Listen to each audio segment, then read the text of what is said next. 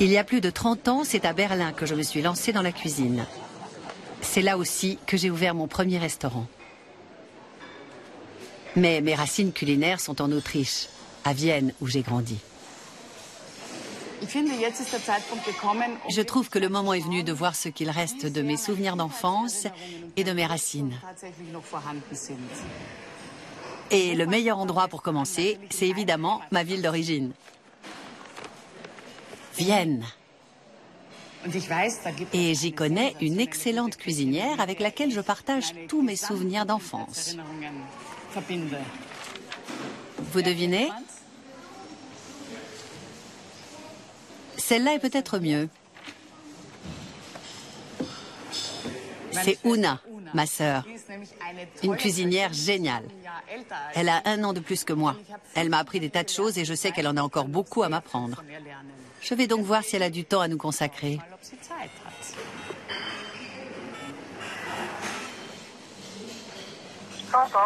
Salut, c'est moi, Sarah. Salut, ma poulette.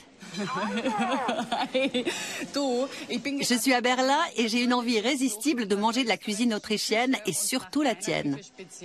Si je venais à Vienne, tu serais prête à me faire un bon repas? Bien sûr.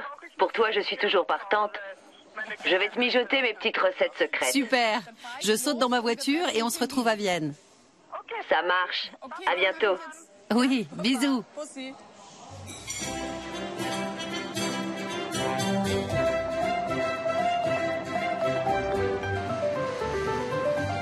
« 700 km séparent Berlin de Vienne. La route passe par Dresde, Prague, et après 8 bonnes heures de voiture, on approche de la frontière.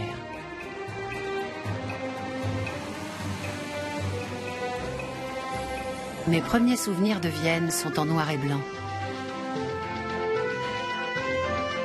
J'ai grandi dans le 3e arrondissement. Mes parents sont artistes. J'ai hérité du nez de mon père et du palais de ma mère. Dans les cafés noirs de monde, les serveurs étaient en blanc. Et les marchandes de 4 saisons n'avaient pas leur langue dans leur poche. Je pouvais passer des heures dans le tramway juste pour le plaisir.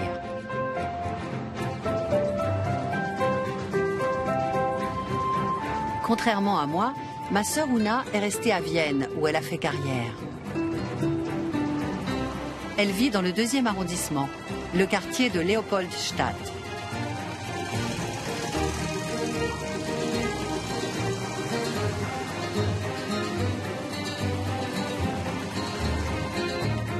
Avec Una, on ne se voit qu'1 ou 2 fois par an, mais à chaque fois, c'est comme si on s'était quitté la veille. Enfin, la plupart du temps.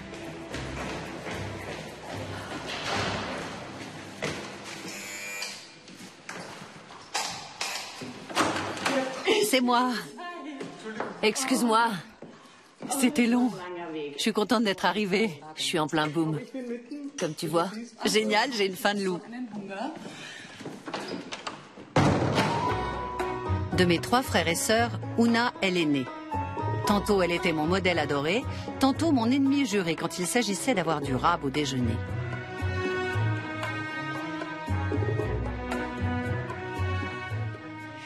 C'est la vaisselle de notre famille? Oui. C'est super. Qu'est-ce que tu nous as préparé de bon?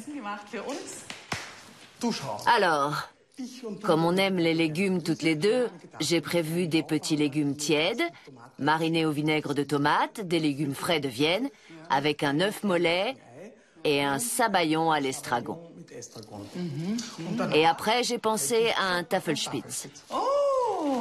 Ça s'annonce bien. Oui, à condition de le réussir. Pour l'entrée, Una fait sauter les légumes quelques minutes avant de déglacer la poêle avec du vinaigre. Courgettes, oignons nouveaux et salade.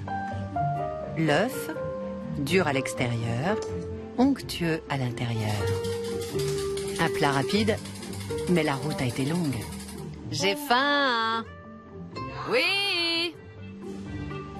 Le sabayon est agrémenté d'herbes fraîches.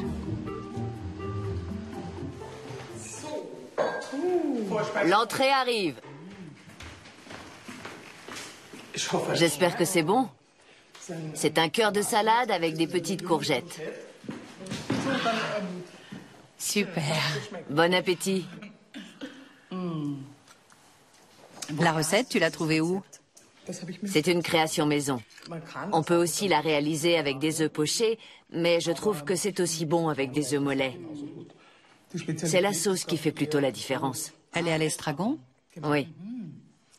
C'est le petit plus. Avec les légumes marinés.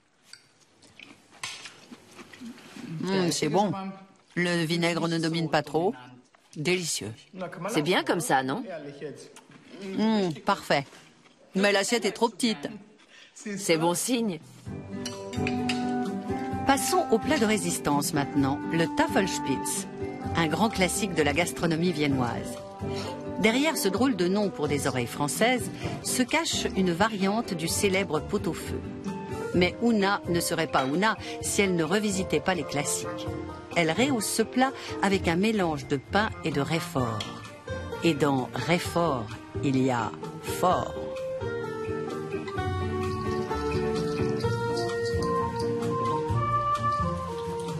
En attendant que le Tafelspitz passe au four, moi, je passe en revue l'appartement de ma grande sœur. Notre mère nous a appris à faire la cuisine, mais c'est surtout une artiste. Una? Oui? C'est toi la danseuse sur la toile de maman? Non. Non? Je danse mieux que ça? Non, je rigole. Tu sais comment elle travaille? Avec un pinceau japonais. Oui, j'ai déjà dansé pour elle pendant qu'elle dessinait. Évidemment, tu as toujours été sa préférée. Moi, elle ne m'a jamais peinte en train de danser.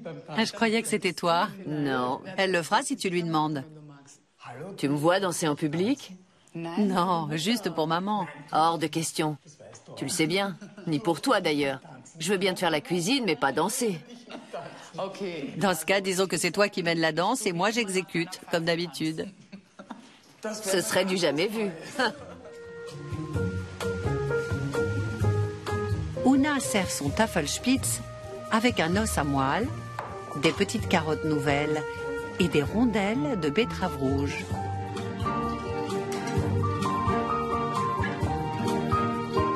Et la touche finale, un peu de bouillon sur la viande et les légumes.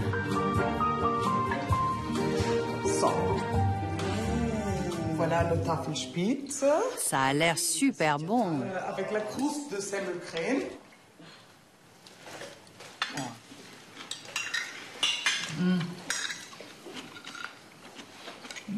On sent pas trop le raifort. Non, malheureusement. J'ai vu que j'en avais pas mis assez. J'hésite toujours. Si je m'écoutais, j'en mettrais beaucoup plus. Mais j'ai pas osé. Il en faudrait au moins un tiers de plus. Tout ça, t'es sûr? Sans problème. Eh bien, voilà une cuillère alors. Merci. Comme ça, on va pleurer ensemble. Voilà. Oh, ça commence déjà. Ça va? C'était un délice. Et la surprise, il n'y a pas de dessert. Heureusement. Alors, en échange, une photo avec ma grande sœur. En guise de dessert, s'il te plaît.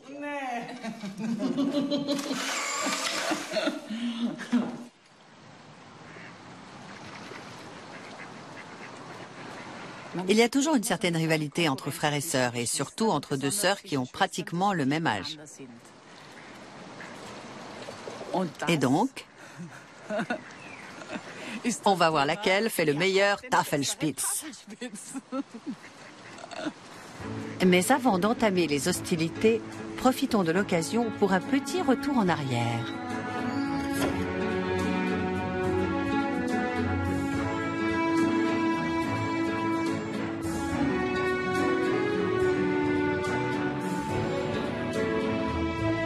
La ville de mon enfance a changé en 30 ans. Il n'y avait pas de gratte-ciel, ni de pont bleu avant.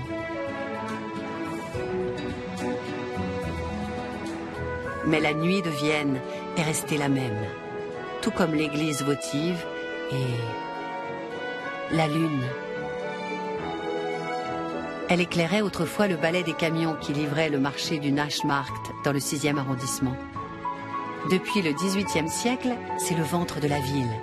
Et il y a quelques années encore, l'endroit incontournable pour s'approvisionner en épices, légumes et apprendre les nouvelles du jour.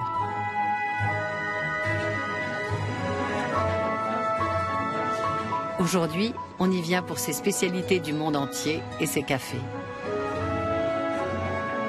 Merci.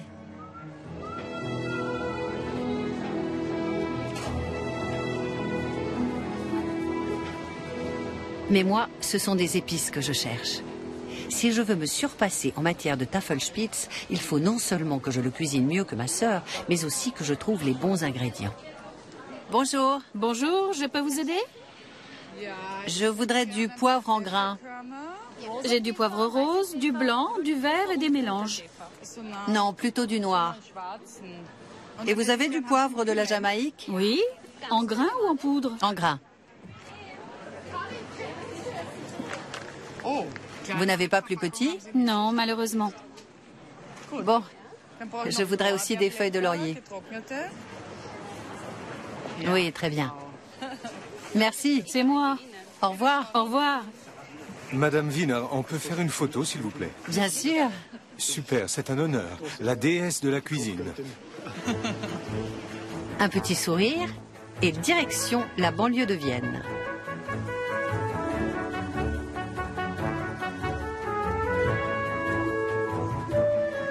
C'est là que grandissent les bœufs de la forêt viennoise, les meilleurs pour le Tafelspitz.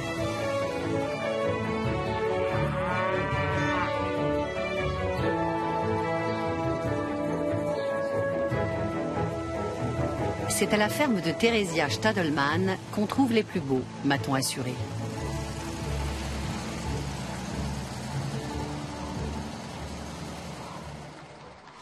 Salut toi. Tu es qui? Oh oui, tu es gentil. C'est toi qui veilles sur la ferme? Bonjour, Bonjour. Theresia Stadelmann. Theresia? Tout le monde m'appelle Rézi. Ok, moi c'est Sarah. Un nom typiquement autrichien. Il est gentil? C'est un mâle ou une femelle? Une femelle, Jessie. Jessie. Je suis ravie d'être ici. Je n'importe pas vraiment le beau temps, j'espère qu'il ne va pas pleuvoir. Mais faute de soleil, je suis venue avec mon huile de coude. Parfait, ça peut servir. Jusqu'aux arbres là-bas. C'est là qu'on doit poser la clôture. C'est bien la première fois que je dois poser une clôture électrique pour avoir de la viande de bœuf.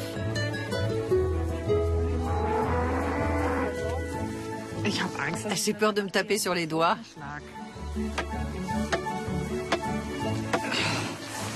C'est pas encore ça.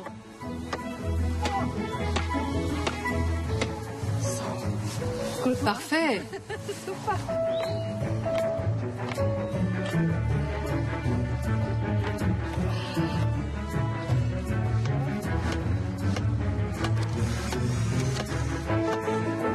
Theresia change régulièrement ses bœufs d'herbage. Dès qu'il n'y a plus d'herbe dans l'un, il passe dans le pré voisin.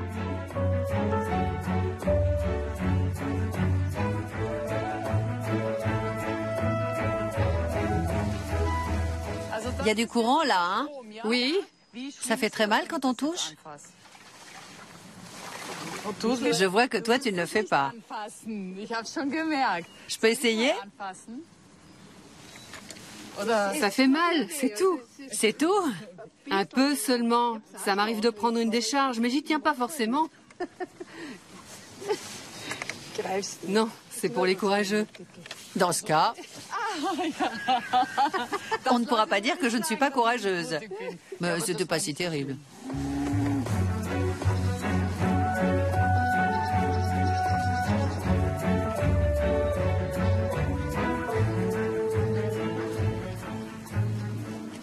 C'est une race qui est élevée juste pour la viande. Pas pour le lait, mais pour la viande. Oui, pour de la viande. Tous ceux qui sont là vont donc finir à l'abattoir. Pas tous, non. Je garde les vaches pour la reproduction. Et lequel est prêt à aller à l'abattoir? Celui qui a des cornes, Tobias. Tobias. C'est comme ça. Jusque dans les années 70, c'est à Vienne que l'on emmenait les animaux à l'abattoir central.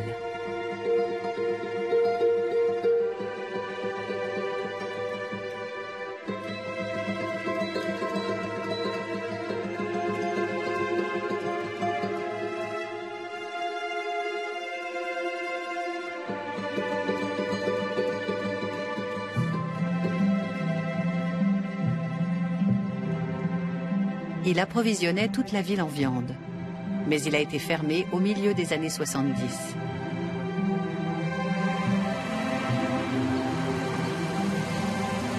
Depuis, escalopes, goulash et Tafelspitz viennent de l'extérieur de Vienne. De chez Martin Stadelmann, par exemple, le fils de Theresia, un spécialiste du bœuf de la forêt viennoise.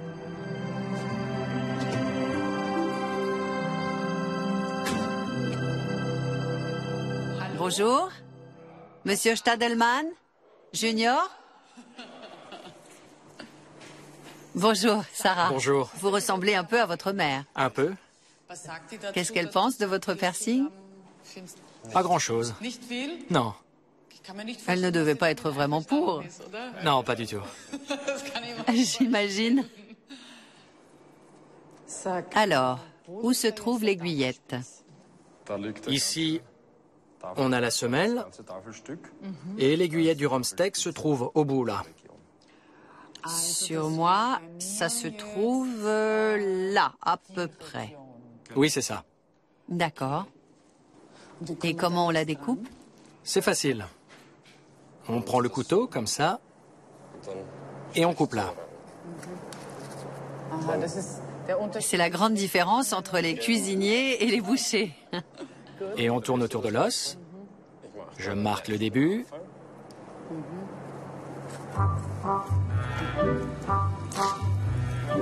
La découpe de l'aiguillette n'est pas si simple. Il faut la dégager couche après couche. Et chaque couche demande une grande habileté avec le couteau. Il y a une articulation là, non? Oui, Je fais... à peu près, oui.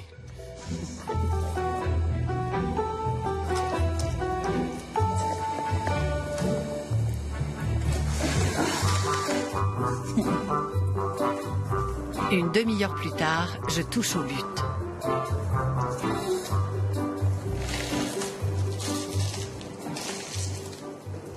Et voilà l'aiguillette? Oui, c'est la pointe, là au bout de la semelle. Super. C'était pas une mince affaire. Jusqu'où va le morceau exactement? Jusque là. Tant que ça? Je vais le découper.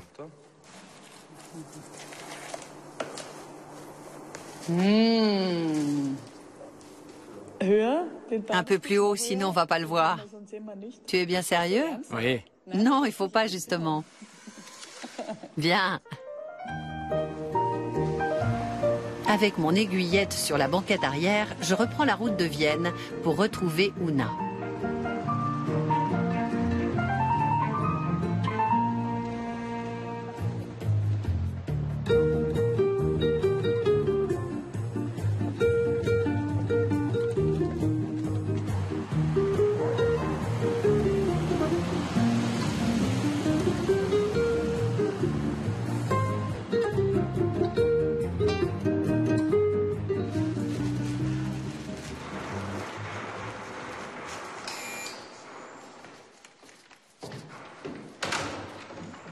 C'est moi. Ah, je te jure, j'ai froid, je suis crevée, il fait un temps de chien et la circulation dans Vienne m'a achevé. Regarde ce que j'ai débité.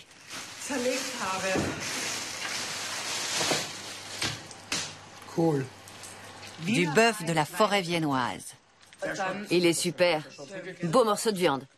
Avec juste ce qu'il faut de graisse. Très bien.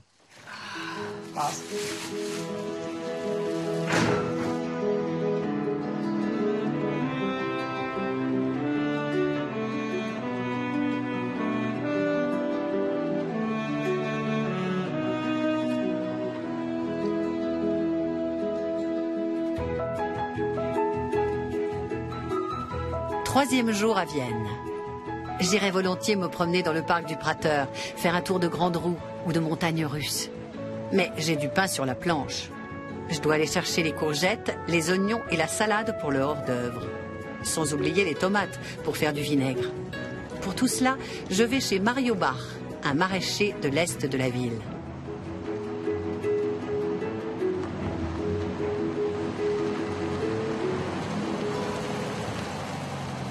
Je peux me garer là? Oui, je vous en prie. Bonjour, Bonjour. je cherche Monsieur Bach. C'est moi, Sarah Wiener. Mario Bach. Enchantée. De même. Alors, il me faudrait plusieurs choses. Des tomates, vous en avez? Oui, environ 70 variétés. Avec le temps qu'il fait, elles ne sont pas toutes mûres, mais j'en ai. 70 variétés de tomates? Oui, qui ont non seulement des goûts différents, mais aussi un aspect différent.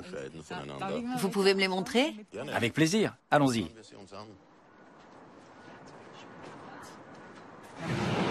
On plante aussi nos propres graines. Magnifique. Voilà nos tomates. Génial.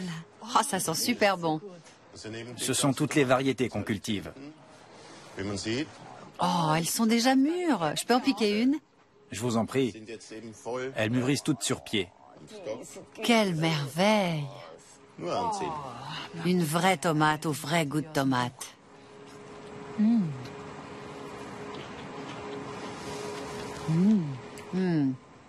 Vous les traitez? Non, pas du tout.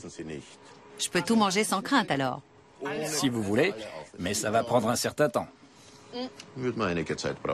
C'est quoi celle-là?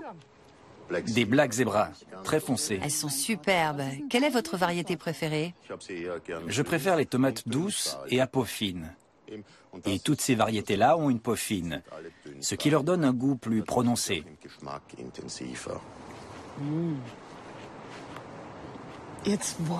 J'aimerais bien fabriquer mon propre vinaigre de tomates. Quelle variété vous me conseillez? J'imagine qu'on se sert du jus. Oui. Enfin, je ne sais pas comment on fait. D'accord. Pour le goût, je conseillerais celles qui sont mûres à point. Mario Bach n'est pas le seul maraîcher dans Vienne intramuros. La verdure occupe la moitié de la ville, avec des parcs et des bois surtout. Mais on trouve aussi plus de 900 exploitations agricoles.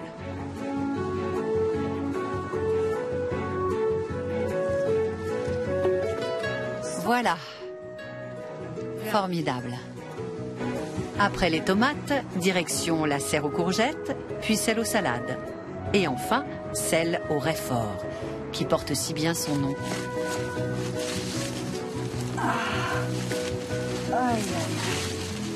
Ça, c'est du Réfort.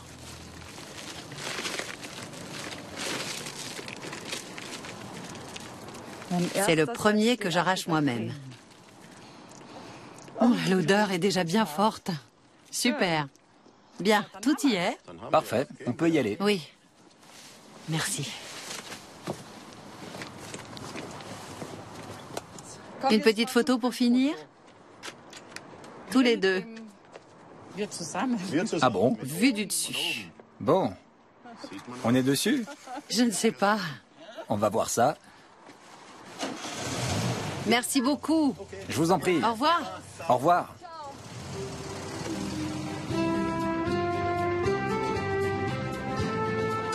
Avant mon prochain rendez-vous, j'ai un peu de temps pour faire un petit tour dans le centre historique de Vienne.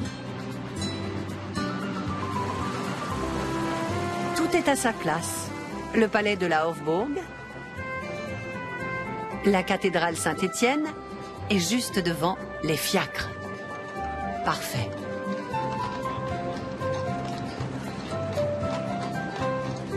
Le problème est maintenant de sortir du centre-ville. J'ai rendez-vous dans le 10e arrondissement chez Erwin Gegenbauer, le grand maître du vinaigre.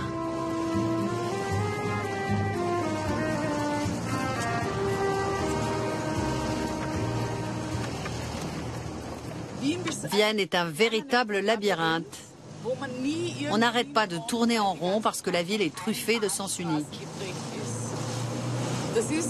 C'est fait exprès pour décourager les étrangers et pour que les Viennois restent entre eux. Et quand on est Viennois, On évite de prendre la voiture parce que ça ne rime vraiment à rien. C'est vraiment infernal. Encore une rue à sens unique.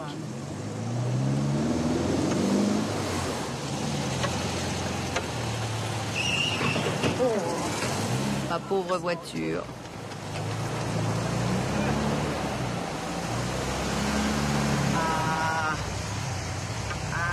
On dirait que c'est bon. Bonjour. Quelle galère pour venir jusqu'ici. Bonjour. Je cherche Monsieur Gegenbauer. Tout droit et première porte à droite. D'accord. Je vous en prie. Vous fabriquez bien du vinaigre ici. Oui. Il est marrant, votre tablier. Ce sont nos tabliers de travail. Pourquoi ils sont si courts? C'est la coupe. Ils ont été faits comme ça. Ça fait quel effet de porter un tablier si court quand on est un homme? On s'habitue.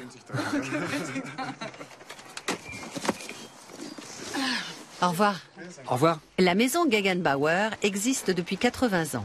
Tout a commencé avec la choucroute et les cornichons, auxquels se sont rajoutés par la suite des légumes marinés au vinaigre. Erwin Gegenbauer est le petit-fils du fondateur de la maison et un passionné de vinaigre. Monsieur Gegenbauer? Oui, bonjour. Bonjour. C'est un vrai labyrinthe, votre cave. Pas tant que ça, bonjour. Erwin Gegenbauer, enchanté, bienvenue. J'allais goûter un vinaigre de griotte. Excusez-moi. Directement dans la bouche? Oui. Levez la langue. Voilà. C'est un vinaigre de griotte qui est encore un peu jeune.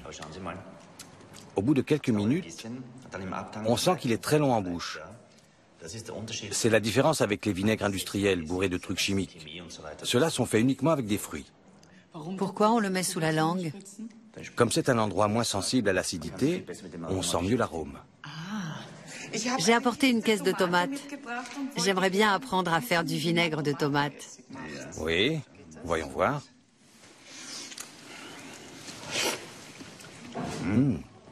Très bonne. D'où vient-elle? De chez un maraîcher, à Vienne. On a ça à Vienne? Oui, ce sont des tomates viennoises. On ne le croirait pas, hein? Oui, d'accord.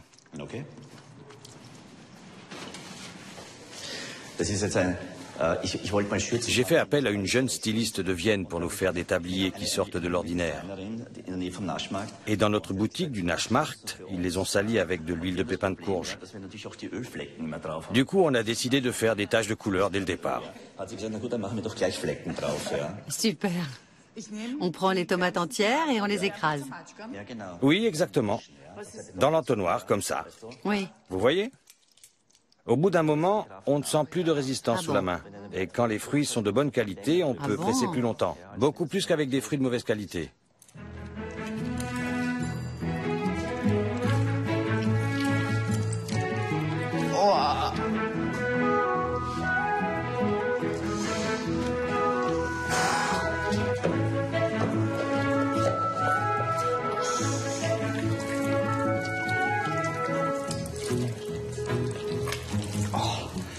C'est fatigant. Je n'aurais pas cru que c'était si fatigant d'écraser une caisse de tomates. Il m'en reste encore plein. Si j'avais su, je n'aurais pris que des petites comme ça. Mais elles sont dures aussi. Au bout de 20 minutes, toutes les tomates sont en purée. Un peu plus concentré, s'il te plaît.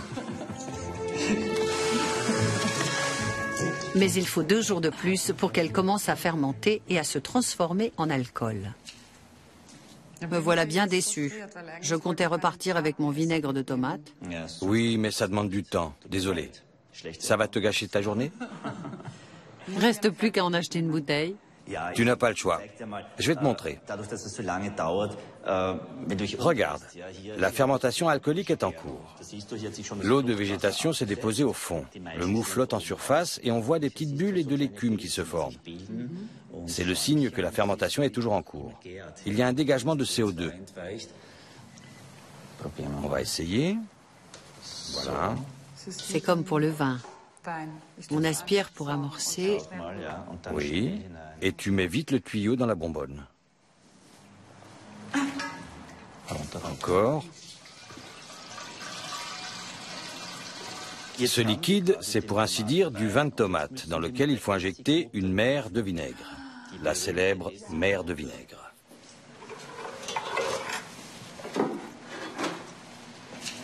Attends, il faut absolument que je te prenne en photo avec la mère.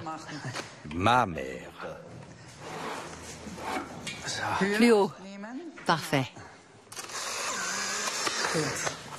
La mer de vinaigre est une membrane gélatineuse constituée de bactéries acétiques qui se forment lors de la fermentation. C'est cette membrane que l'on dépose dans l'alcool pour qu'il se transforme en vinaigre. Au toucher, elle est humide et visqueuse.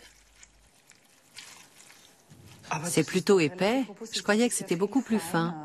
Tiens, goûte.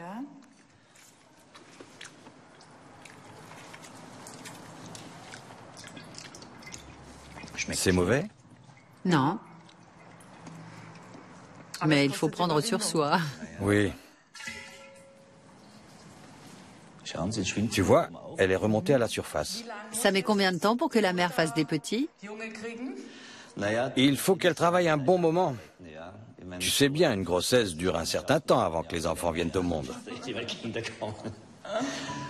Dans les caves de la maison Gegenbauer, le vinaigre prend tout son temps.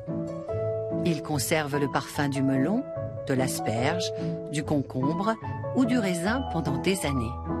Et le vinaigre de tomate est une pure merveille. Sens.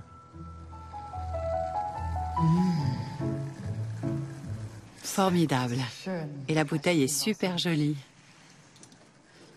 Oh, une petite mer. C'est joli, hein? On dirait un fantôme qui flotte dans la bouteille. Un petit morceau dans ta nourriture et tu verras, tout ira bien. Parfait. C'était passionnant.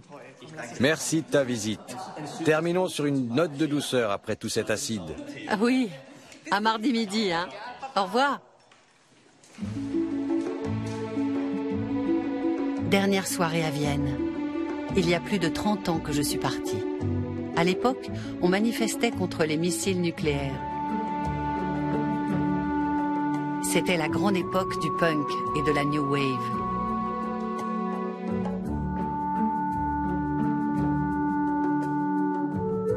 Les menus des restaurants étaient très variés, mais les piliers de la gastronomie viennoise étaient la viande, les abats, les quenelles, le strudel et le sterz, une sorte de polenta.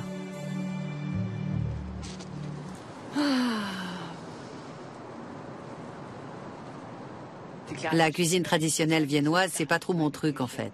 Il y a beaucoup d'abats, beaucoup de sauces à base de roux, peu de légumes frais. Quand on n'est pas né ici, ça peut surprendre. Mais je trouve qu'elle a pas mal changé en 30-40 ans. Et ce qui est effrayant, c'est que je me rends compte que j'ai vieilli quand je dis il y a 30 ou 40 ans. Hier, j'habitais encore ici, j'avais 7 ans. Mais en fait, j'ai pas beaucoup grandi depuis.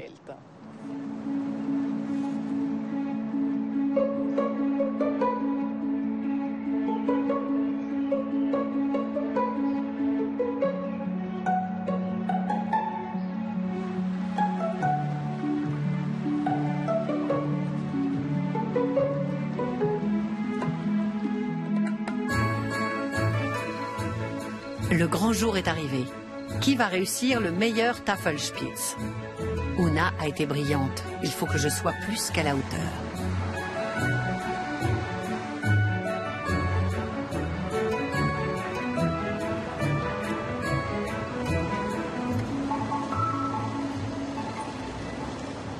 Je brûle d'impatience. Vais-je réussir aussi bien que ma sœur? Le combat des chefs.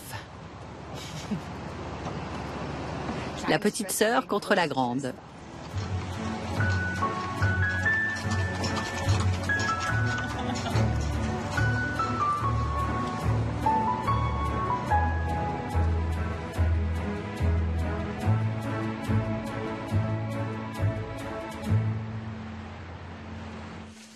Ok. Ok, je suis prête. Et toi? Je suis toujours prête. Les ingrédients pour le Tafelspitz. Poireaux, persil et carottes. Dans un grand faitout, je mets les épices et l'os à moelle. Puis l'aiguillette de rumsteak. Et des grains de poivre. Coupez les légumes en gros morceaux et les ajouter avec les poireaux entiers et du céleri rave. Ensuite, je laisse mijoter comme ça 2 heures à tout petit feu. Maintenant, passons à l'entrée. Les légumes. Les ingrédients. Des œufs, des oignons nouveaux, de la salade, des courgettes. Et bien sûr, le vinaigre de tomate. Je fais sauter les légumes quelques minutes et je mets de l'eau à chauffer pour les œufs mollets. Durs à l'extérieur, onctueux à l'intérieur, comme ceux de ma sœur. J'arrose les légumes de vinaigre de tomate et profite de son arôme. Una accueille les invités. Les Stadelmann, spécialistes des bœufs de la forêt viennoise de mère en fils. Santé et bienvenue. Merci. J'aime quand le jaune est un peu coulant, mais pas le blanc. Je n'aime pas du tout quand il est gluant ou pas assez cuit. Voilà, c'est terminé. Il ne manque plus que le sabayon et les autres invités.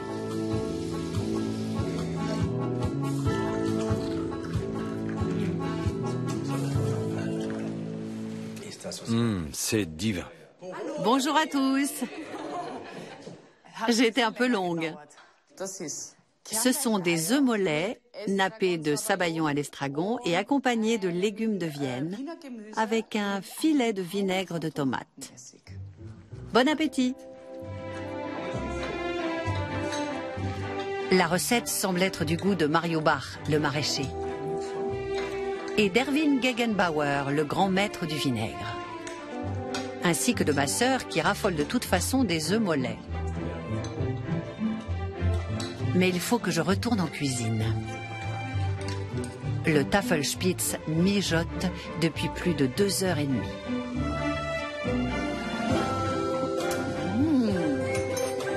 Pour la croûte de Réfort, j'imbibe des morceaux de pain rassis avec du bouillon et je les mélange avec de l'ail et un œuf. Ensuite, le Réfort qu'il faut peler et râper.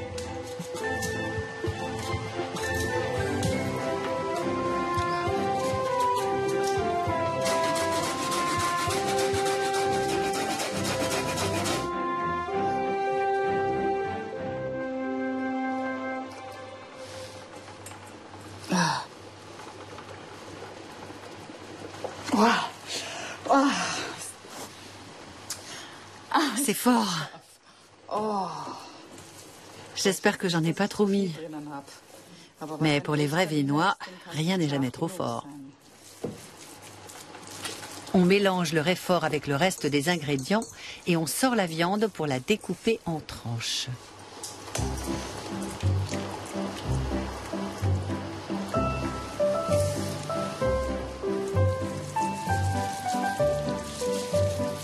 Voilà.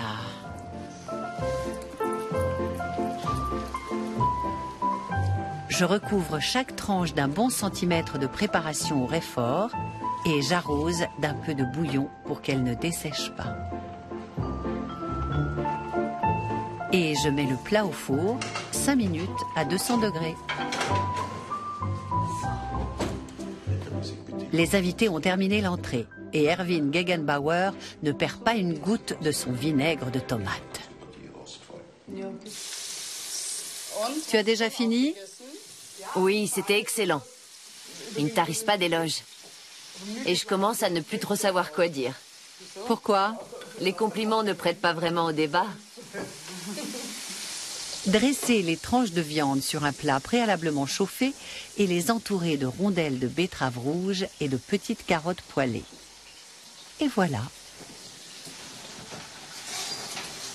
Espérons qu'il va être aussi bon que celui de ma sœur. Voici les meilleures mini-carottes du monde, cultivées par le roi des maraîchers.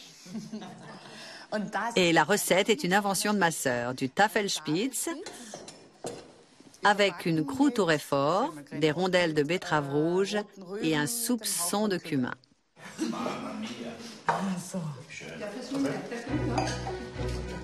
Erwin Gegenbauer semble apprécier et Martin Stadelmann n'a pas l'air contre non plus.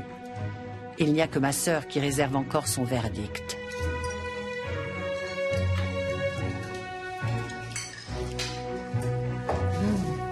À la cuisinière, Chin. Tu as bien travaillé.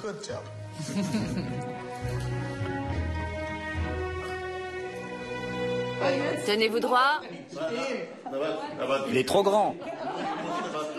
Tenez-vous droit.